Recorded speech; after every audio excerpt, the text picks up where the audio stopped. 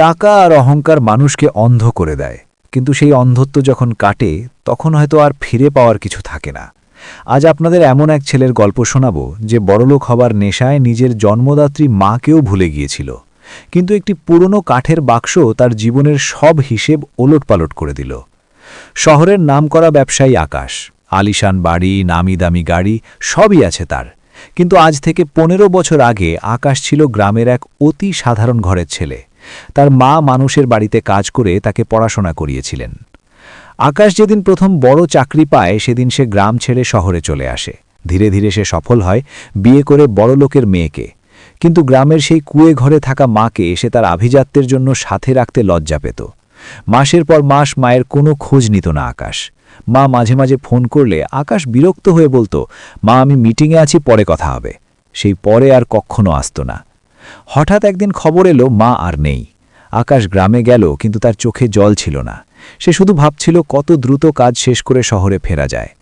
মায়ের ঘর পরিষ্কার করার সময় তার নজরে পড়ল বিছানার নিচে রাখা একটি পুরনো কাঠের ট্রাঙ্ক।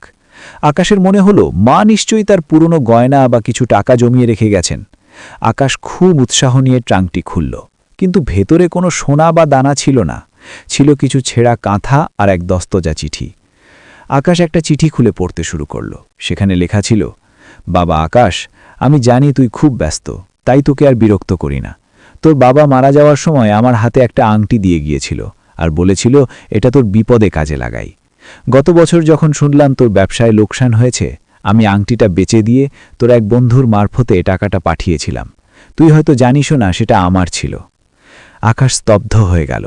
সে মনে করতে পারল গত বছর এক চরম বিপদের সময় তার এক বন্ধু তাকে 5 লাখ টাকা দিয়ে সাহায্য করেছিল এবং বলেছিল সেটা তার জমানো টাকা। চিঠির নিচে আরও লেখা ছিল, খোকা, আমি তোকে কোনোদিন বোঝা হতে চাইনি, শুধু চেয়েছিলাম তুই একটু সুখে থাকিস, ভালো থাকিস বাবা। আকাশের দুচোখ বেয়ে তখন জল নামছে। যে মাকে সে বোঝা মনে করত, সেই মাই নিঃস্ব হয়ে তাকে বাঁচিয়েছিলেন, কিন্তু আজ সেই মাকে ধন্যবাদ বলার বা ক্ষমা চাওয়ার আর কোনো সুযোগ নেই।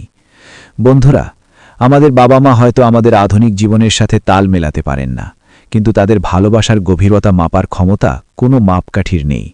সময় থাকতে বাবা মায়ের কদর করুন, কারণ তারা হারিয়ে গেলে শুধু হাহাকারটুকুই অবশিষ্ট থাকে।